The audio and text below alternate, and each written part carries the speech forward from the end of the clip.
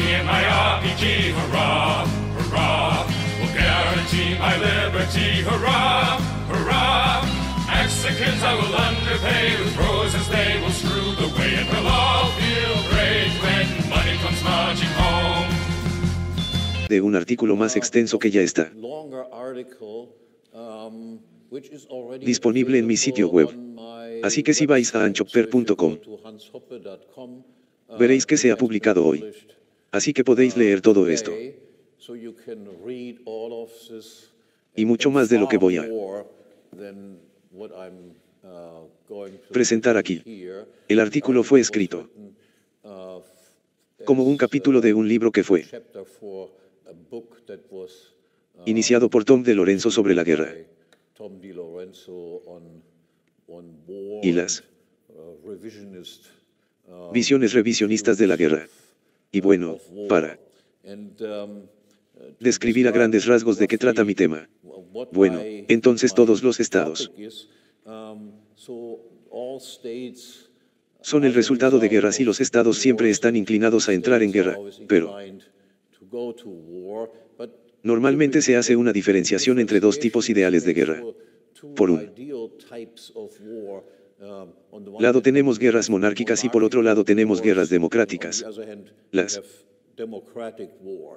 guerras monárquicas son, por lo general, guerras que involucran algunos territorios. No son guerras ideológicas. Lo que quiero son guerras. Creo que esto me pertenece a mí en lugar de a ti. Por otro lado, las guerras democráticas son guerras en las que participa toda la población. La guerra monárquica es una guerra que solo concierne al propio monarca. Lo hace con sus propios recursos, etc. Los motivos ideológicos normalmente juegan muy poco papel, si es que juegan alguno. Por otro lado, las guerras democráticas son guerras en las que participa toda la población. Suelen estar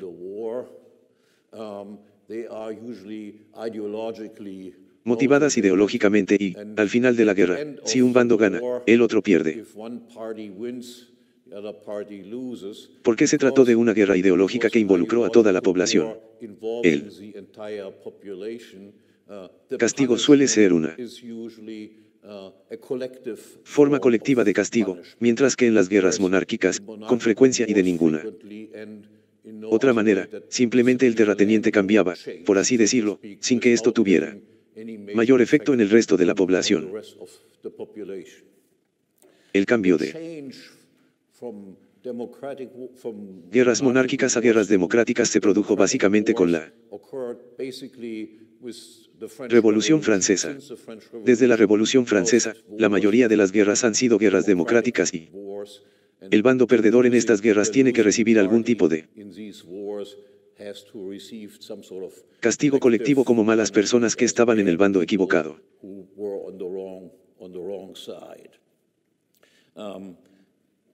La última paz monárquica tuvo lugar después de las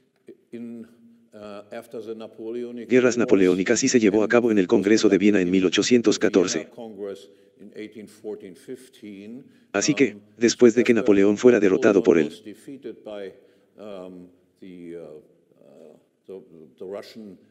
zar ruso, el rey prusiano y el rey británico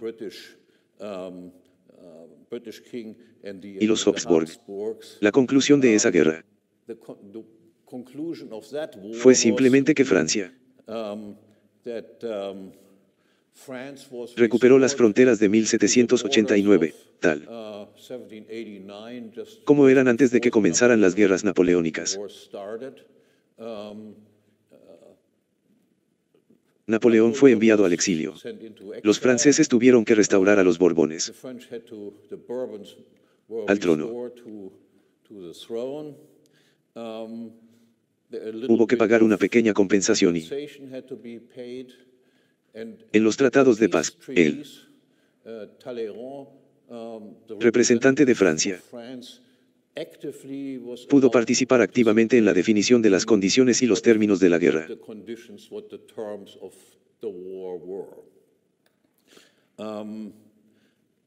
Ahora quiero demostrar que este tipo de acuerdos, como los que se llevaron a cabo después del Congreso de Viena, crearon un periodo de casi 100 años de paz. Porque no se trató de una venganza contra Francia. De hecho, restauraron a Francia a lo que era antes, por lo que este tipo de trato pacífico es completamente inusual desde entonces. Y quiero mostrarles cómo se ven las piezas democráticas después, y elegiré a la Alemania alemana como ejemplo. La Primera y la Segunda Guerra Mundial. No me interesa mucho todo esto. Repito, ten en cuenta que no me interesa tanto lo que causa la guerra ni cómo se desarrolla, sino simplemente el final de la guerra. Cómo terminaron la guerra. Y demostrar que la paz democrática es, por así decirlo, siempre una paz vengativa. La Primera Guerra Mundial comenzó como una guerra monárquica.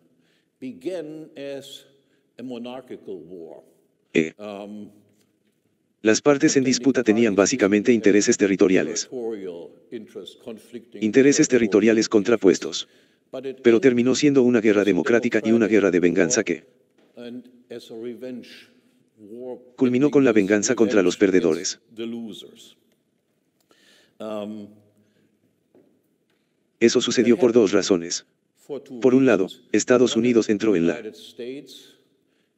guerra justo al final. Y los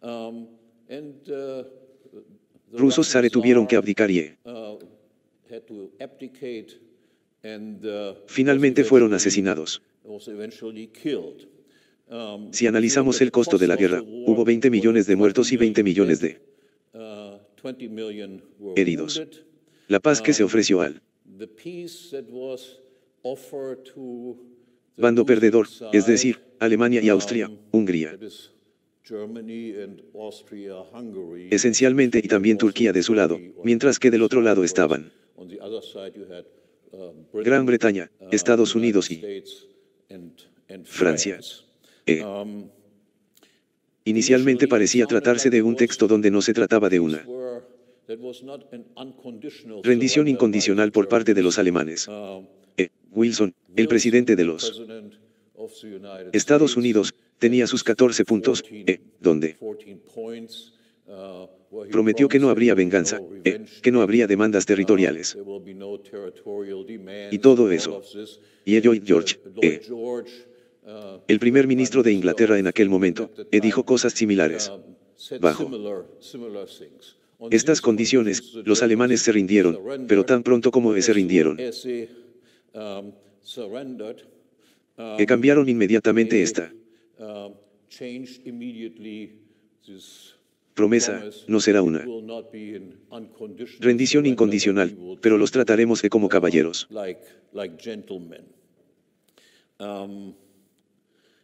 Los alemanes, las tres personas que decidieron la paz fueron Wilson, presidente de los Estados Unidos. Amán lo describió en algún momento diciendo que se consideraba el primer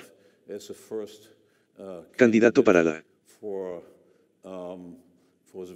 vacante en la Trinidad y griega. Las otras personas, como caso Willy George, pensaban que él se creía una especie de Jesús.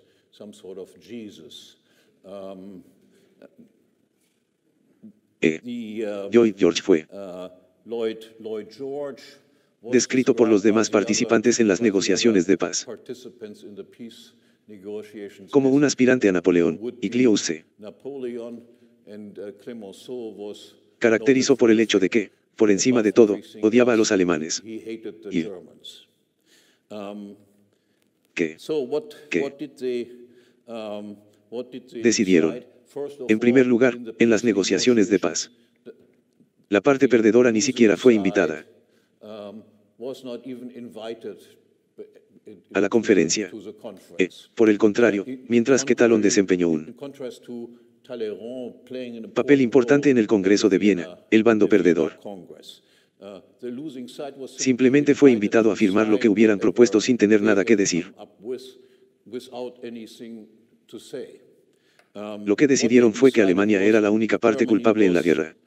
Perdió el 13% de su territorio, lo que equivale a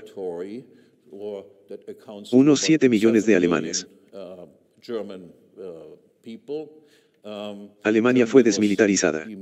Se impusieron fuertes reparaciones que rápidamente provocaron una hiperinflación en Alemania y el impago por parte de Alemania de estas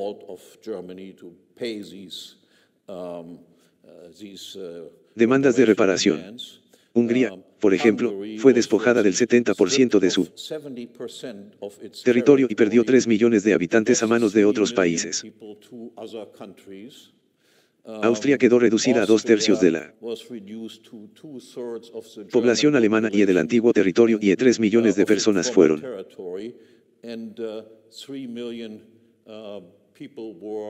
entregadas a otros países como la recién fundada Checoslovaquia y lugares de ese tipo. En el caso de Turquía, también estaba del lado de las potencias del eje. Turquía fue despojada, por supuesto, de todas sus provincias árabes.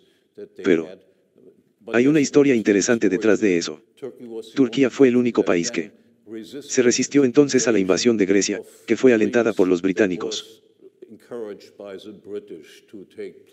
Por eso, Atatürk sigue ocupando un papel muy importante en la historia turca como el único que realmente derrotó a esta gente.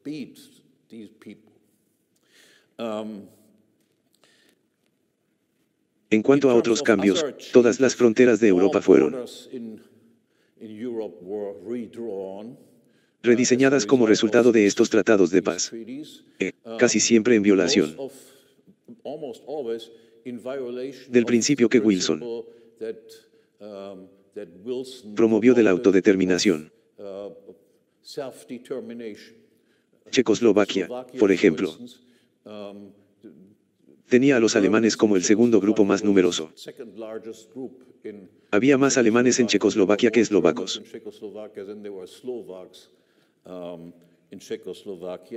Así que ninguna autodeterminación en absoluto. Y muchos de los conflictos que persisten hasta el día de hoy son consecuencia de este rediseño de fronteras en Europa, que al mismo tiempo ignora el principio de autodeterminación.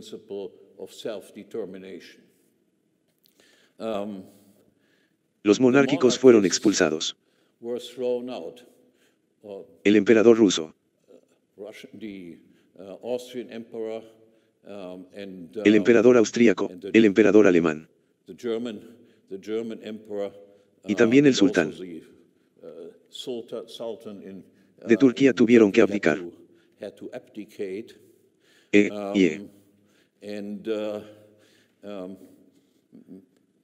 Y como resultado de la aplicación de la clase monárquica, los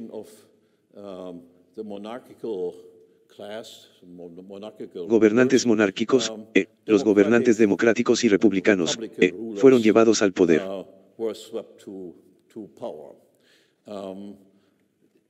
Todos los reyes, príncipes, duques, archiduques, etc., tuvieron que renunciar a sus privilegios, a sus derechos soberanos. Muchos de ellos fueron despojados de gran parte de sus propiedades. Les dejaron algo de propiedad privada. Un ejemplo de ello es que, por ejemplo, en Austria ya no se permitía el uso de títulos. Así pues, Ludwig Miscesus pasó a ser simplemente Lutis Maisis después de la Primera Guerra Mundial y Otto von Habsburg, que habría llegado a ser emperador, era simplemente Otto Habsburg. En Alemania les permitieron conservar los títulos, pero perdieron grandes cantidades de propiedades. Los republicanos que llegaron al poder eran mayoritariamente de izquierdas. La democracia automáticamente lleva al poder a los partidos de izquierda. El Partido más importante fue el de los socialdemócratas durante la mayor parte del tiempo de la República de Weimar. Casi hasta el final de la República de Weimar, fueron el partido más fuerte, y también había un partido comunista muy importante. Juntos, el Partido Socialdemócrata y el Partido Comunista, hasta el final de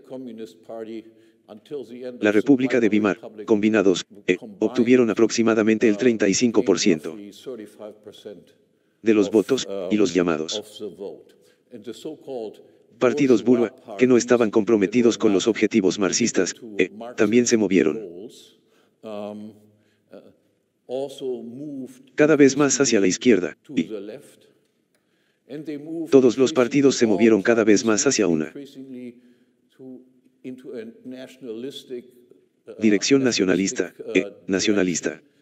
porque, después de todo, toda Alemania había sido severamente castigada.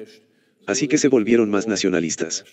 Así pues, a lo largo de los años se produjo una tendencia a un giro a la izquierda en todos los partidos. Una tendencia nacionalista revolucionaria. El resultado de eso fue, por ejemplo, en 1932, que fue la primera vez que el Partido Nacional Socialista Obrero Alemán, PNSD, German Workers' Party, it should be always made clear that we always use the word Nazis, but the term is, of course, Nationalsozialistische Deutsche Arbeiterpartei. The Nazis did not play a great role until 1932, but 1932 convirtió en el segundo partido más fuerte con el 37% de los votos. Esa fue la época de la Gran Depresión. Los comunistas en ese momento ganaron cerca del 50,15%. Todos los gobiernos anteriores habían sido algún tipo de gobiernos de coalición. Con esta situación, los nazis con el 37% y los comunistas con casi el 15%, se hizo imposible formar cualquier coalición que no incluyera al Partido Nacional Socialista o al Partido Comunista. Y en esta situación, o los nazis o los nacionalsocialistas forman parte del gobierno, o los comunistas pasan a formar parte del gobierno. Entonces, la decisión de la población fue bastante clara. Por supuesto, todos preferían que el nacionalsocialista formara parte de ello y que el comunista quedara excluido, porque en aquel momento la gente ya sabía lo que estaba pasando en la Unión Soviética, por ejemplo, y estaba perfectamente claro que, en ese caso, preferíamos a los nacionalsocialistas antes que a los socialistas internacionales. Volveré sobre este punto. Creo que sigue siendo así, cuando surge este dilema. ¿Preferirías un gobierno nacional socialista o un gobierno socialista internacionalista? La población en general, mires donde mires, está a favor de un gobierno nacional socialista. No quieres compartir todas tus propiedades con el mundo entero. Ya es bastante malo tener que compartirlo con alguien y encima preferir compartirlo solo con tu propia familia en lugar de compartirlo con el mundo entero. Pues bien, los nazis nacionalsocialistas se convirtieron entonces en el partido más fuerte y rápidamente lograron establecer un régimen de partido único.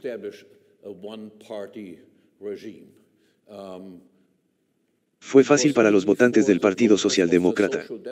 Casi todos se pasaron al Partido Nacional Socialista porque el programa era bastante similar. La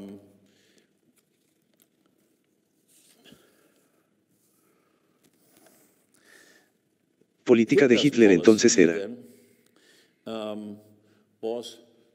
quiero decir, sí,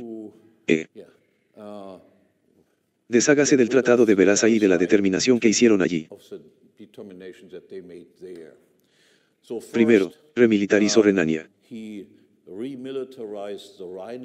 que había sido desmilitarizada anteriormente. Entonces él se apoderó de Austria. Austria ya había sido excluida anteriormente de la ley, impidiéndole unirse a Alemania, algo que la mayoría deseaba. Y luego se apoderó del Suden, es decir, de las partes de habla alemana, de Checoslovaquia. Entonces él quería algunas concesiones de Polonia, más o menos de acuerdo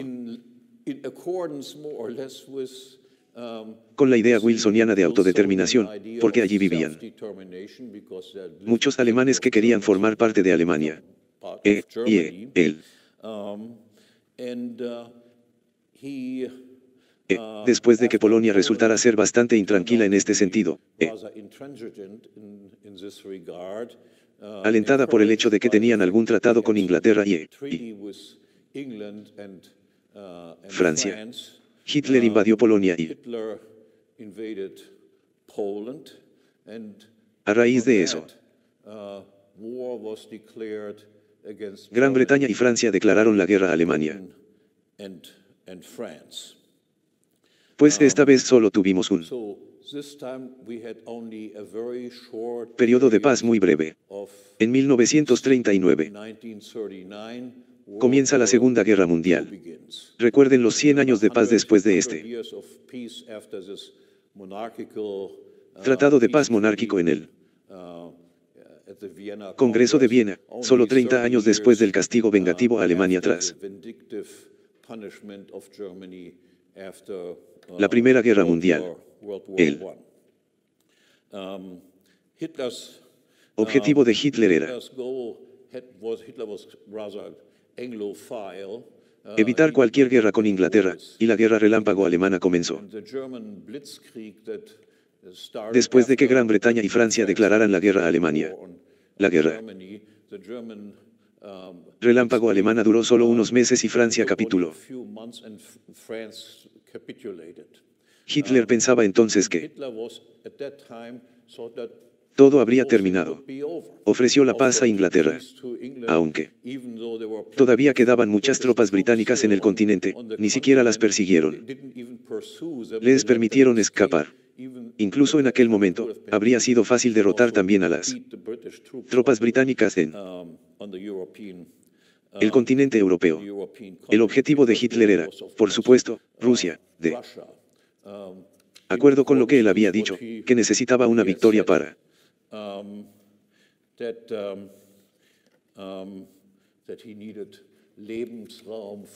la raza aria. La guerra podría haber terminado fácilmente después del ataque relámpago, que no terminara fue principalmente un logro de Churchill. Churchill siempre había sido un traficante de armas, ya en el mundo. Durante la Primera Guerra Mundial,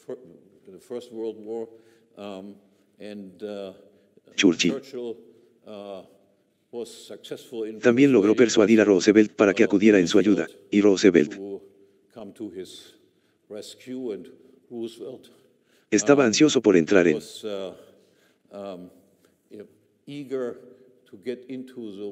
la Segunda Guerra Mundial porque pensaba que sería una buena manera de solucionar el problema del desempleo que tenía durante la Gran Depresión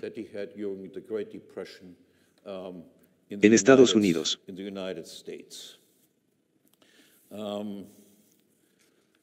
La composición de las Fuerzas Armadas en la Segunda Guerra Mundial fue, por supuesto, similar a la de la Primera Guerra Mundial. En cierto modo, fue una continuación de la Primera Guerra Mundial. Italia y Japón se unieron a las potencias excedentes de Alemania y Hungría, y en cuanto a los aliados,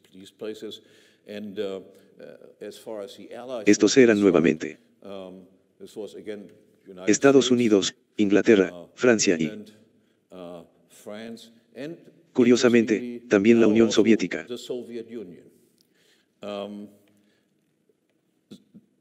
La Unión Soviética, a instancias de Churchill, fue incluida en el programa de arrendamiento de tierras que los estadounidenses habían ofrecido a Gran Bretaña para que ésta pudiera continuar la guerra. El programa de arrendamiento de tierras era básicamente un acuerdo por el cual les enviaríamos dinero y material, casi sin garantía de que recibirían algo a cambio.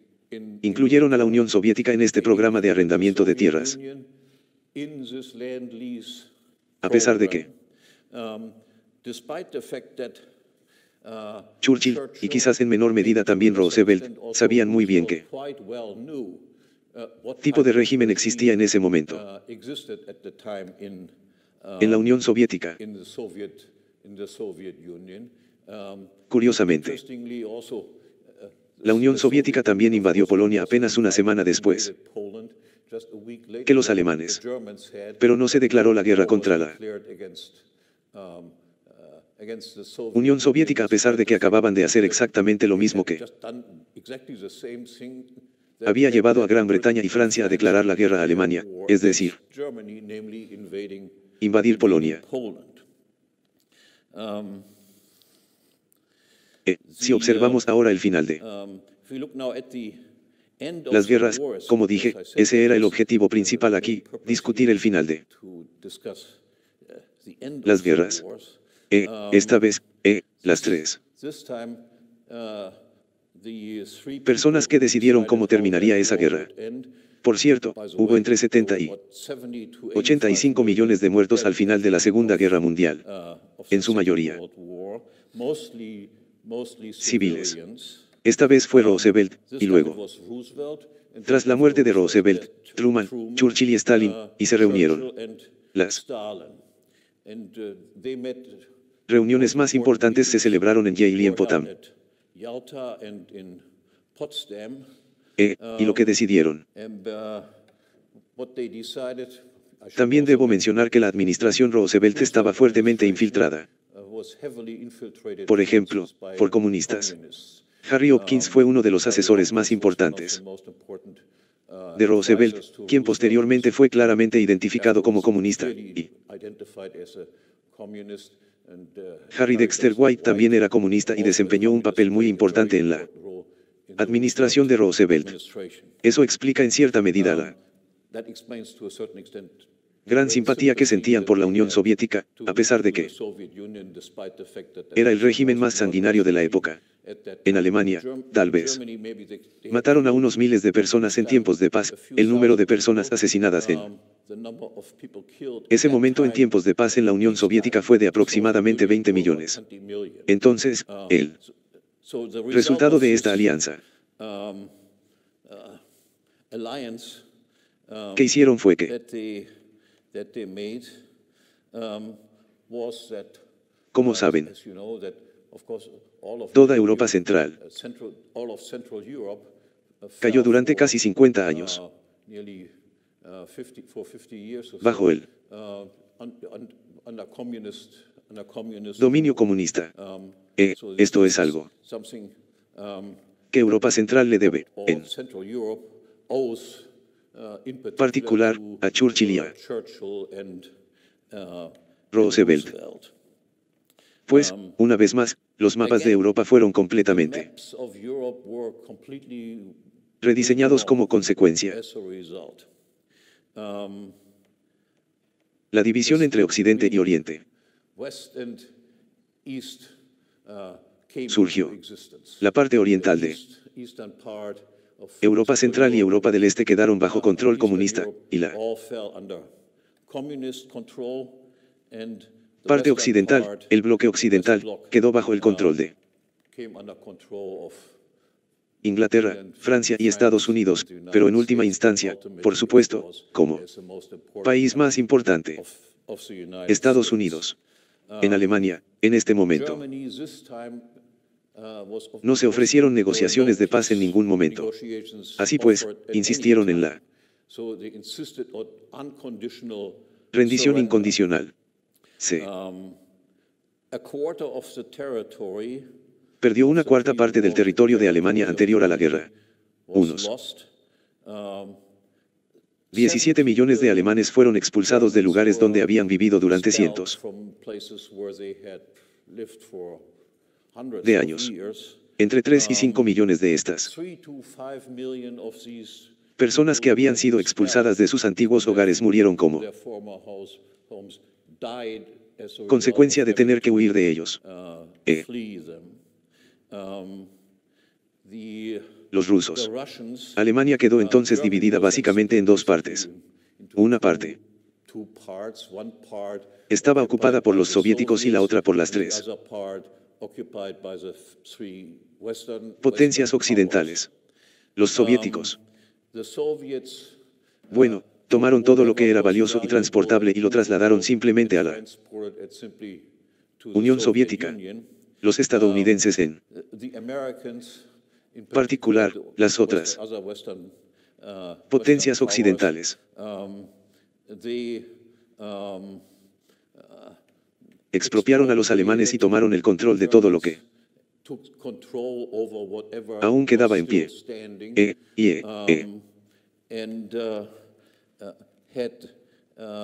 Por primera vez, algo que no existía antes en ninguno de estos tratados de paz, juicios por criminales de guerra.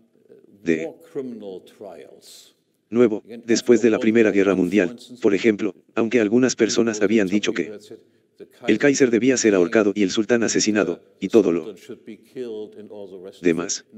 Nada de eso sucedió realmente.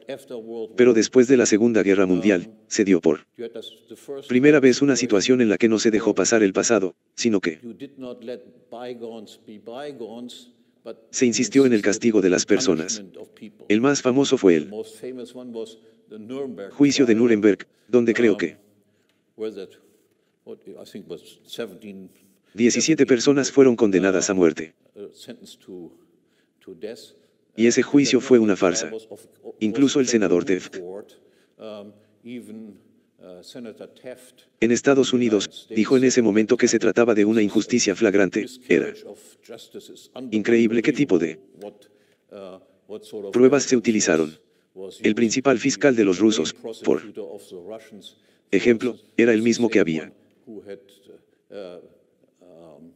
dirigido las acusaciones contra los enemigos de Stalin en Rusia unos años antes. Los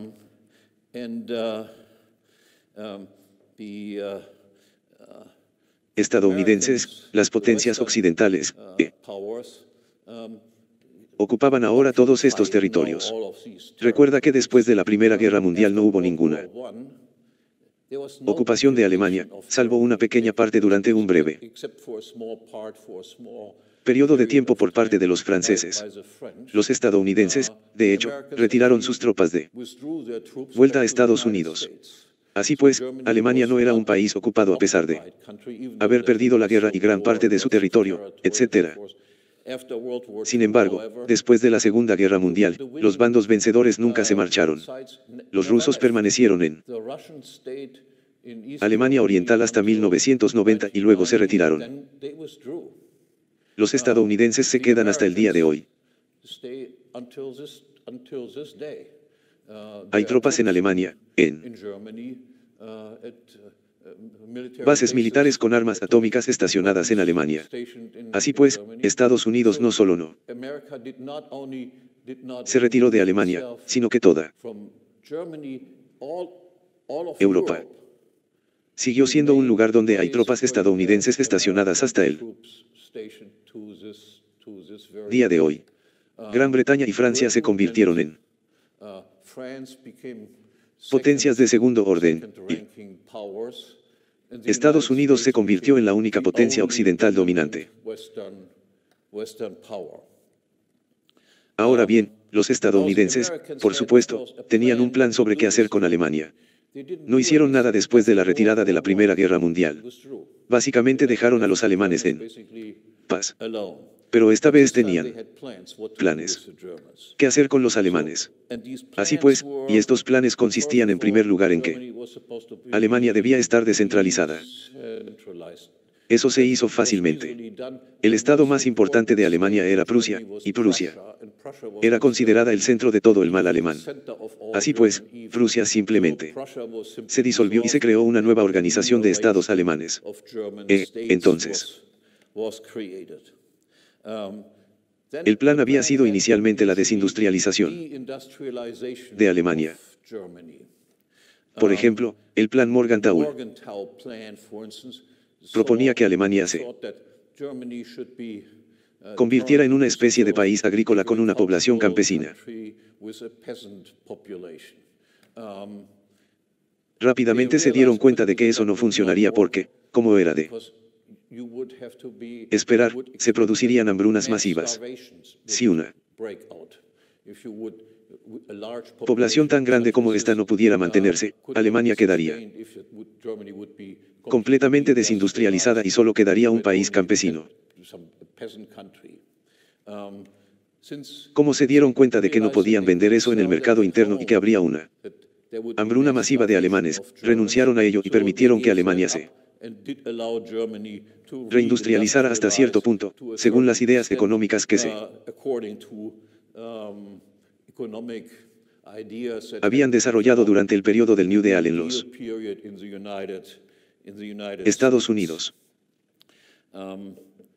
Entonces, la desmilitarización. La desmilitarización significaba que todo el ejército, etc., tenía que ser disuelto. Pero de nuevo hubo que hacer un ajuste rápido porque estalló la Guerra Fría. Y, a medida que la Guerra Fría se intensificaba, por así decirlo, los estadounidenses se dieron cuenta de que también tenían que rearmar a Alemania y finalmente, se llegó a la reconstrucción del ejército alemán y a la incorporación de Alemania Occidental a la OTAN, lo que indicaba quién mandaba ahora en el mundo occidental, Estados Unidos como líder de la OTAN. Alemania fue admitida en la Alianza Occidental. Luego hubo un programa de desnazificación. ¿Qué significaba eso? La desnazificación que tuvieron, tenían alrededor de 8 millones de miembros del partido nazi de una población de 80 millones. Así pues, la mayoría de estos alemanes no eran miembros del partido, e incluso de esos 8 millones que sí lo eran, la mayoría lo hacía por razones de conveniencia. Te ayudó un poco a conseguir este trabajo o aquel trabajo. Por ejemplo, el general Patton, que era un héroe de guerra estadounidense, se oponía a este programa de desnazificación, porque pensó que la mayoría de estos alemanes que se habían unido al partido nazi ya no tenían aquello. Hizo por la misma razón que los republicanos en los Estados Unidos se unieron al Partido Republicano o al Partido Demócrata. Tras decir semejantes cosas, el general Patton fue destituido inmediatamente. Bueno, la desnazificación significó que mucha gente tuvo que rellenar formularios respondiendo a todo tipo de preguntas. Algunas personas tuvieron prohibido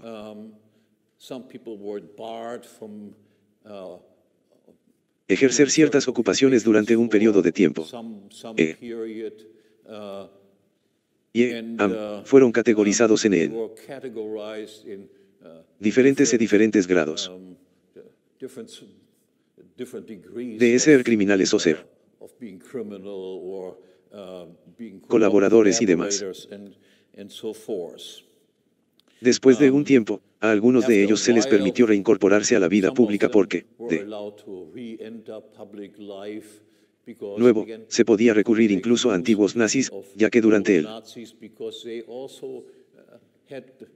periodo nazi, por supuesto, habían hecho propaganda contra los rusos y ahora, en la Guerra Fría, estas personas volvían a ser útiles, ya tenían experiencia en hacer propaganda antirrusa. Así que volvieron a ser herramientas útiles y, debido a que tenían un pasado un tanto turbio, era fácil controlarlos. Y se podía estar casi seguro de que seguirían la línea política correcta. Otra parte de este programa de reeducación era la concesión de licencias. Todos los tipos de periódicos debían tener licencia. Todas las editoriales tenían que tener licencia. Toda organización que, de alguna manera, tuviera poder para moldear la opinión pública debía obtener una licencia. Las personas que otorgaban o denegaban estas licencias eran personas que llegaban inmediatamente después de los ejércitos invasores. Un ejército invasor de educadores llegaba a Alemania, y la mayoría de ellos, ya que la administración de Roosevelt era de tipo izquierdista, la mayoría de ellos también eran izquierdistas y, por supuesto, otorgaban licencias a personas que simpatizaban con su ideología de izquierdas.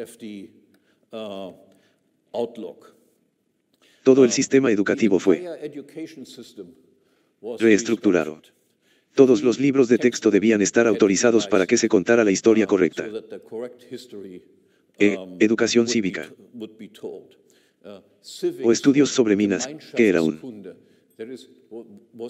campo nuevo introducido en el currículo escolar alemán, y la ciencia política, que había sido una disciplina de menor importancia en el sistema alemán,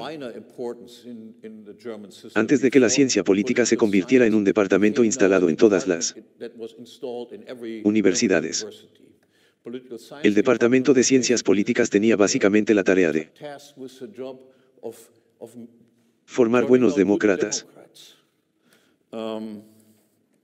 Y, curiosamente, de estas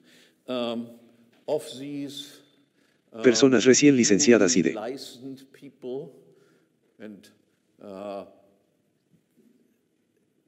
aquellas que se suponía que debían escribir los nuevos libros de texto y promover la nueva visión de la historia, la mayoría eran personas que habían inmigrado a Estados Unidos durante la época nazi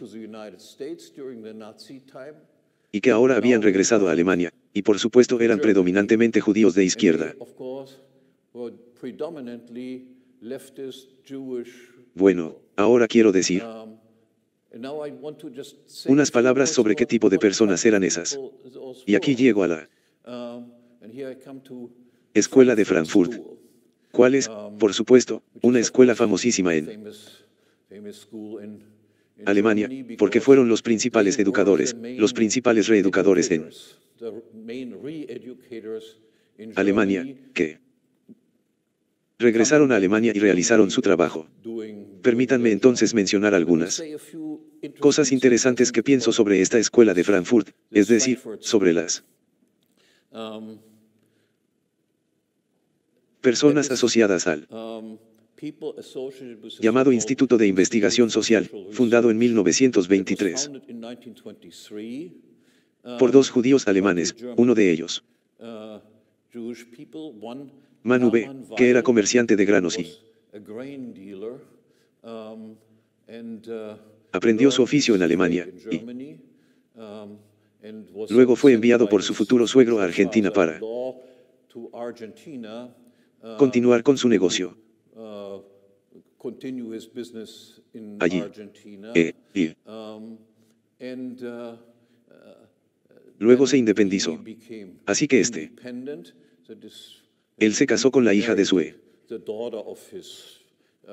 profesor en Alemania, Amia.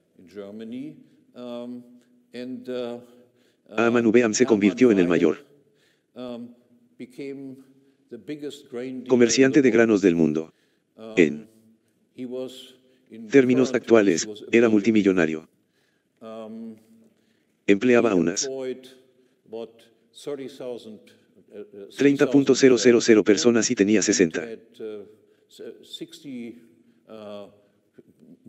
barcos importantes. Su hijo Felix Weil His nació son Felix Weil was born in en Argentina. Argentina. Él, siendo adolescente, heredó de He still inherited as a teenager from su madre, his mother que murió joven, una fortuna equivalente a $400 millones a en fortune of $400 million in current términos terms. actuales. Los dos salvajes regresaron por Wiles returned for motivos de health salud a reasons principios del siglo in XX the early 1900s, a Alemania para recibir back to Germany to get health treatment. tratamiento médico. They conducted themselves Al as principio se comportaron como alemanes patriotas. Germans at Amanubé fue un gran donante para Hermann Weil was a big donor to all todo tipo de sorts of causas civic cívicas y Felix Ube. causes. And Felix Weil En realidad actually quería wanted to servir en el serve in the ejército German alemán, army, pero fue rechazado but was porque era rejected because he was an Argentinian ciudadano argentino y no ciudadano alemán. citizen. He was quite Estaba bastante disappointed decepcionado por el hecho de that they didn't take que no lo hubieran aceptado. So Pues when entonces, Germany, cuando Alemania llegó a Alemania, incluso fueron invitados por el Kaiser Wilhelm Kaiser Wilhelm a cenar con ellos debido a la generosidad que habían demostrado. generosity that they had shown. Cuando Alemania perdió la guerra, Germany Felix Ube lost the war, Felix Weil quedó was extremadamente decepcionado y very, disappointed, and they had esperaba que estallara algún tipo de revolución después de eso. revolution would break out after that. Pero eso no sucedió. Happened. Entonces él He se convirtió al marxismo. Marxism. Se convirtió en un ferviente marxista y pensaba, a pesar del hecho de que Despite the fact provenía de that he came una from familia a enormemente wealthy rica, family, so solo la expropiación de los capitalistas evitaría futuros desastres como la Primera Guerra Mundial. like the First World War in the future. So Entonces, both father padre e hijo and decidieron son then decided to fundar un establish instituto. an institute. Felix Weil estudió en Alemania y Weil went to school in Germany, obtuvo su doctorado en la Universidad de Frankfurt. of Frankfurt, Y ahora, reunido a su alrededor, now assembled around himself un gran contingente de a large judíos contingent izquierdistas. of Jewish leftist Eran miembros o They were either members or simpatizantes del Partido Comunista o del ala izquierda del or of the left wing of the Partido Social Socialdemócrata. Todos. Party. All of Ellos them provenían de familias adineradas. coming from wealthy families. Ninguno de ellos era tan None rico of como them las was tierras as salvajes. wealthy as the Pero, Wilds. por ejemplo, nombres But for instance, names que surgirán más adelante, como Maripalek, Horkheimer, provienen Marcuse, and Pollock came from de familias empresariales que tenían grandes negocios. families that had Pues hay big cierta similitud So some similarity entre here Marx y between Engels. the Marx and provenía Engels. Marx came de una from a familia acomodada, well-off pero por family, supuesto era but pobre en of course, comparación con Los he was Ángeles. poor as compared with Entonces Engels. aquí So he tenías had el the mismo same tipo de sort of coalición. coalition. Los superricos se reúnen a su alrededor. Wiles assemble around themselves, Izquierdistas. leftist, Casi exclusivamente, hasta el último hombre, seguidores judíos izquierdistas. followers. Hundreds Cientos de of ellos. them. El instituto que fundaron The institute that they founded estaba was vagamente loosely asociado con la associated Universidad de with the Frankfurt, University of de forma aproximada. loosely ¿Por qué? because, Había oposición dentro de la universidad a estar asociada con un university to be, associated with a grupo de bunch of, radicales de izquierda, leftist radicals. pero los Viales inmediatamente erigieron un The Wiles erected a edificio building para el instituto y el for instituto ofreció entonces a la the institute offered then, to the universidad que university podían that usar they parte de could sus use edificios, part of their pero insistieron en que But they insisted debían that they tener cierto should have control, some aunque limitado, sobre lo que ocurría en control este over what was going on in this instituto, institute, and y they propusieron una solución según la cual el director that the del director of the instituto institute would at the same time have to también be tendría que ser a profesor regular titular en la universidad y ser professor aceptado also por at the university and be accepted by the esta como tal. university as a regular professor. La primera persona que eligieron para este propósito fue Karl Grünberg. Karl Grünberg fue el maestro de los llamados marxistas austríacos, como Adler, Rinne, etc. Él ya tenía poco más de 60 años. Era un reconocido profesor marxista de izquierdas en Viena y fue el primero en obtener este doble nombramiento, una cátedra en la Universidad de Frankfurt y, por otro lado, la dirección del Instituto de Investigación Social. Curiosamente, Karl Grünberg también fue el director de tesis de Friedrich Mises, antes de que Mises se convirtiera en un opositor de estas personas de izquierda. Pero esta es una anécdota curiosa. Existe, por así decirlo, alguna conexión entre Ludwig para Mises, por un lado, y la escuela de Frankfurt, aunque sea una conexión muy indirecta. L. E. Grünberg.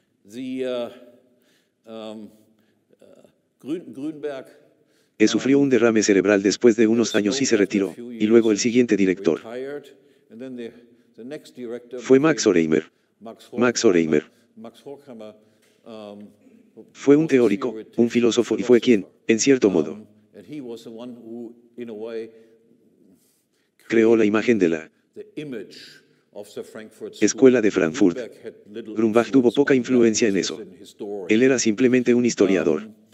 Y la dirección que tomó este instituto fue la de promover una especie de marxismo no ortodoxo combinado con psicoanálisis. Todos se habían sentido decepcionados. ¿Por qué no hubo ninguna revolución? Eso era lo que esperaban todos los izquierdistas después de la guerra. Y decían, la explicación debe ser psicológica. Algo anda mal con la gente, tenemos que descubrir qué es. Así que combinaron su doctrina marxista con el psicoanálisis, y la persona encargada de esta combinación fue Eric, quien también se convirtió en una persona muy famosa en Estados Unidos. Más tarde, una vez que los nacionalsocialistas tomaron el poder en Alemania, todos ellos perdieron inmediatamente su trabajo porque, al fin y al cabo, eran judíos. Y el instituto se trasladó de Frankfurt. El edificio fue tomado por los nazis, pero fueron lo suficientemente listos, especialmente el asesor económico de Max Horkheimer, Fray Dapak, como para saber que todos los fondos de los viales ya habían sido transferidos a cuentas extranjeras. Entonces, se establecieron primero en Ginebra, en 1930 o 1933. Y tuvieron algunas sucursales en Londres que solo duraron unos pocos años, y también en París, que se cerró tan pronto como estalló la Segunda Guerra Mundial en 1939.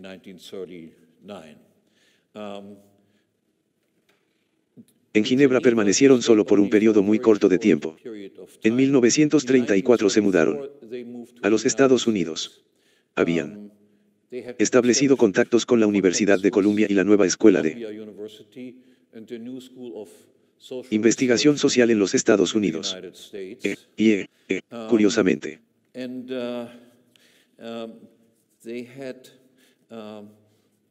si comparamos esto con la vida de Ludwig Mises en Estados Unidos, realmente vivieron a todo lujo en Estados Unidos porque tenían esa enorme fortuna proveniente de esa familia despreciable.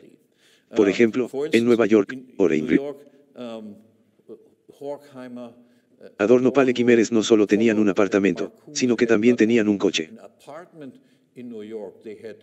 y una criada. Ese no era precisamente el nivel de vida que le ofrecieron a Ladfises cuando llegó a Estados Unidos, para indicar aún más lo bien que lo hicieron allí. En una declaración jurada, Horkheimer afirmó que su salario en ese momento, en términos actuales, era superior a $200,000 anuales. En 1938 se produjo una separación entre Horkheimer y yo, y recibí un pago por separación de $400,000 en términos actuales. Así que, a grandes rasgos, se puede ver que estas personas no estaban pasando por grandes dificultades económicas. En 1949 a 1941, en plena guerra, Orama Adorno, Poimeres, decidieron abrir una segunda sucursal en Estados Unidos. En Nueva York realizamos el trabajo empírico y luego nos trasladaremos a California. Vivían en Pacific Palisades.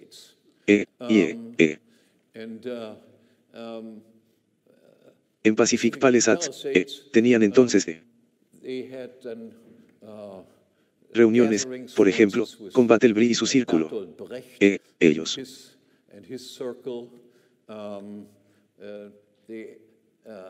organizaban fiestas juntos con Charlie Chaplin, Aldous Huxley, Greta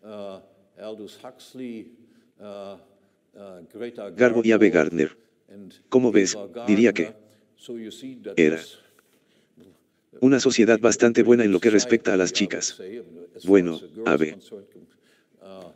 Gardner era una chica bastante guapa, supongo. Sí. Entonces, por supuesto, al final de la guerra había que tomar una decisión. ¿Qué hacemos ahora? Muchos de ellos se quedaron en Estados Unidos. Por ejemplo, algunos Magua se quedaron en los Estados Unidos. Outo Kirishima se quedó en Estados Unidos. Francia No Umin State permaneció en los Estados Unidos. Todos ellos tenían puestos de alto nivel que habían conseguido. Algunos de ellos ya habían trabajado para la precursora de la CIA. Simplemente para informar a los estadounidenses quiénes eran los alemanes malos y que tenían que ver con ellos y todo lo demás.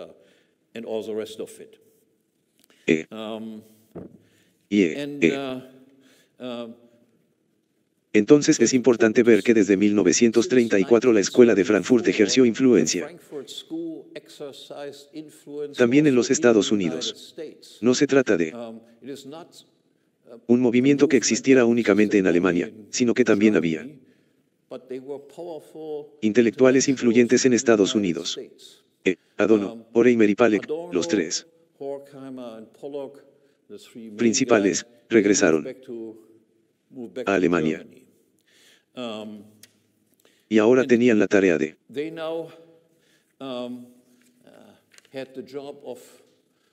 reeducar a la población alemana. En su trabajo empírico habían descubierto que los alemanes padecían una personalidad autoritaria. Adorno y otros autores escribieron un libro sobre la personalidad autoritaria. Y. La personalidad autoritaria era una especie de caricatura de un padre malvado que se inclina ante la autoridad superior y oprime al pueblo de abajo. La esposa, siendo ama de casa, no interesada en nada, y los niños siendo adoctrinados todo el tiempo. Era como si no fuera real, de hecho, era una caricatura de alguna familia odiosa. Algo que les pareció muy frecuente en Alemania, y había que hacer algo al respecto.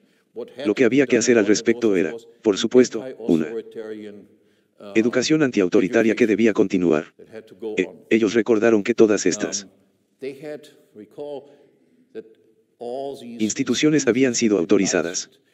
Por supuesto, ahora tenían un acceso muy fácil a todas esas instituciones, como emisoras de radio, editoriales, periódicos, etc., porque, después de todo, habían regresado a Alemania con el ejército estadounidense. Horkheimer fue restituido en el cargo que ocupaba anteriormente. Adorno y Poe fueron inmediatamente ascendidos primero a profesores extraordinarios y luego a profesores ordinarios. Y podrían hacer exigencias. Ya no dependían exclusivamente de la Fundación Wilde, sino que ahora también podían optar a financiación pública de la Nueva Alemania. ¿Cuál fue el efecto de este programa de reeducación? Esto es lo que llamamos la creación de una personalidad antiautoritaria. Pues resulta que no sabían exactamente cómo crearlo.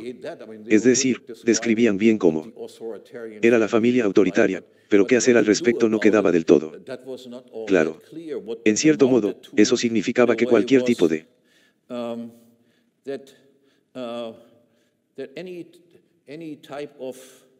jerarquía debía ser atacada. Fue un ataque a la jerarquía familiar. Promovían el feminismo. Ellos promovían la liberación sexual y estaban en contra del antiinismo.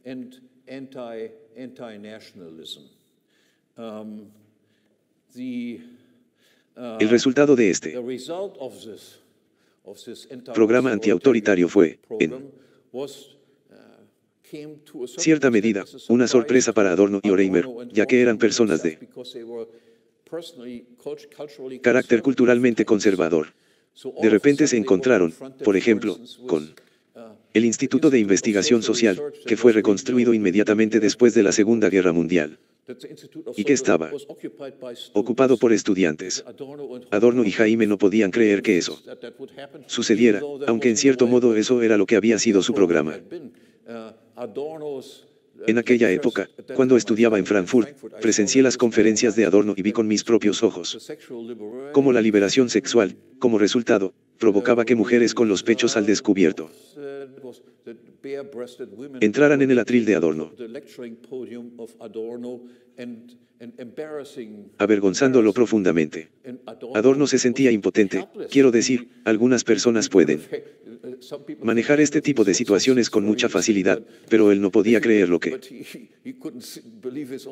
veía, mujeres británicas con los pechos al descubierto interrumpiendo sus conferencias. Y por supuesto, se habían convertido en estadounidenses. Les disgustaba el hecho de que en esta nueva izquierda que habían creado en Alemania también estuvieran surgiendo sentimientos antiamericanos. Pero ellos no querían nada de eso. Entonces, tenías que estar totalmente en contra del bloque del Este. Esa era su opinión. Y todas las personas sospechosas de ser demasiado amistosas con Alemania Oriental o demasiado amistosas con nosotros hacia la Unión Soviética fueron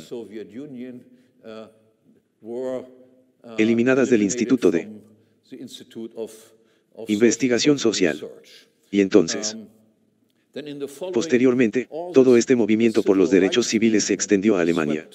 El movimiento por los derechos civiles en Estados Unidos había sido promovido por la rama estadounidense de la Escuela de Frankfurt. Recuerden a aquellos que se quedaron en los Estados Unidos. Habían desempeñado un papel fundamental en la creación de la rebelión estudiantil que comenzó en Estados Unidos y luego se extendió también a Europa. Así pues, la acción afirmativa se convirtió de repente en algo importante también en Alemania. En aquel entonces, cualquier jerarquía se consideraba no un fenómeno normal, sino el resultado de la opresión. Y el resultado final de eso, como todos saben, es que cualquiera que no fuera blanco, heterosexual o varón, especialmente si estaba casado y tenía hijos, era la única clase privilegiada, y todos los demás eran desfavorecidos y Necesitaban ayuda. Repito, no estoy diciendo que Oram Adorno anticipara este tipo de cosas y lo tuviera exactamente en mente, pero este fue el resultado de lo que ellos habían iniciado. En general, el giro a la izquierda en Alemania fue promovido aún más por su influencia y hasta el día de hoy, se puede decir que el estado del bienestar es un tabú. No cabe duda de que el estado del bienestar es el mejor invento de la historia. ¿De qué tamaño debería ser? Podría haber algún debate al respecto, pero no cabe duda de que se trataba de un estado de bienestar. Entonces tenía que haber apoyo incondicional para Estados Unidos y tenía que haber apoyo incondicional para Israel. Eso era lo que predicaban desde el principio.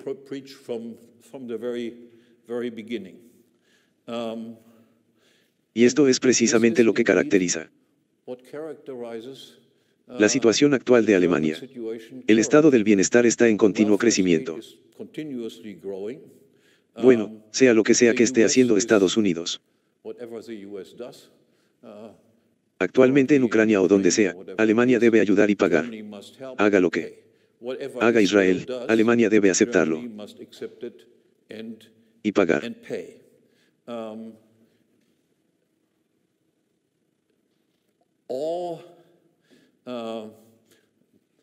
Todos los intentos, por ejemplo, o también tenemos incluso a los países,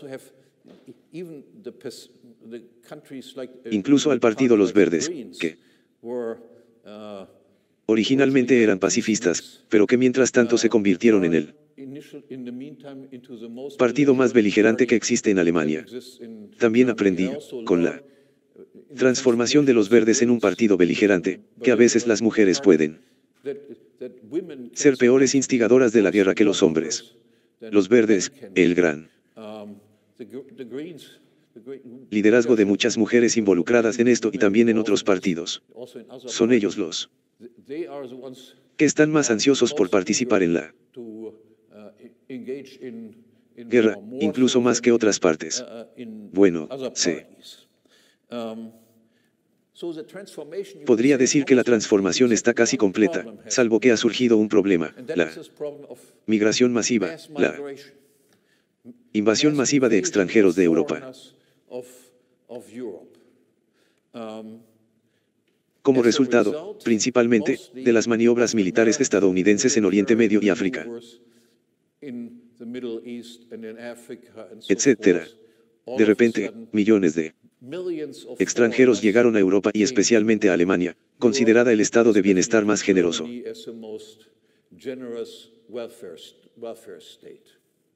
Y las élites alemanas, formadas por la Escuela de Frankfurt, les dieron la bienvenida y les proporcionaron ayudas. Todos fueron puestos en el paro. Y si los pones a todos sobre la masa, entonces, por supuesto, puedes esperar que venga cada vez más gente. Entonces, la población indígena es gradualmente desposeída y reemplazada por culturas extranjeras que aparecen repentinamente en estos lugares, en Alemania, y no solo en Alemania, sino en toda Europa occidental mientras tanto. La única oposición que surgió fue, curiosamente, la más fuerte contra esta tendencia de Alemania a ser invadida, proveniente de la gente de las provincias de Alemania Oriental. Se trata de aquellas partes de Alemania que originalmente habían sido ocupadas por los rusos. Los rusos tenían una forma muy diferente de reeducar a la población que la que tenían los estadounidenses y los británicos en Occidente. Su reeducación fue brutal, pero superficial. No fue profundo, pues la mayoría de la gente simplemente no se creía esas tonterías que decían.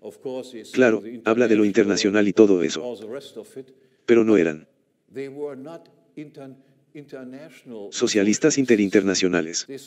Pensaban que esa ayuda social que estaban brindando a los extranjeros era incorrecta. Deberían conseguirlo. Bueno, al fin y al cabo eran alemanes y extranjeros. ¿Por qué no entendemos esto? Lo que vemos aquí de nuevo es un nacionalsocialismo. En lo que respecta a la competencia entre el socialismo internacional y el nacionalsocialismo, el nacionalsocialismo siempre es más popular. Pero los partidos principales en Alemania, la élite del poder, son los que, y en Alemania tenemos un partido nacionalista llamado Alter Alternative, AfD, y RFD. Todos los demás partidos son internacionalistas. RFD es el único partido nacionalista. Aceptan todo lo demás, como todos los demás. También están a favor del estado del bienestar, de la Unión Europea y de todo lo demás. La única diferencia es que creen que el estado del bienestar debería ser principalmente para los alemanes y no para los extranjeros. Y ahora están siendo atacados a fondo por las élites gobernantes, incluso por las élites gobernantes que intentan ilegalizar a este partido y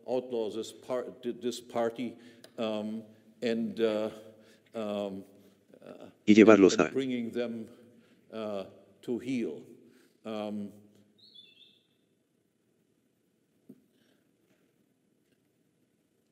el IFD es el único partido menos beligerante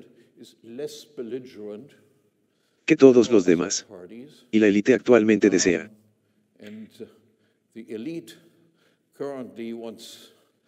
incluso con más afán que Estados Unidos, llevar a cabo esta guerra en Ucrania. Gasta una cantidad desorbitada de dinero en Ucrania y quiere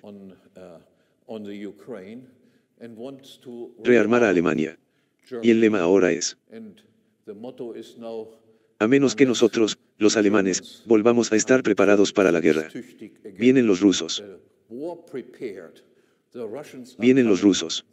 Bueno, esa es la situación actual. Los alemanes están volviendo a hacerlo. Es una guerra bélica.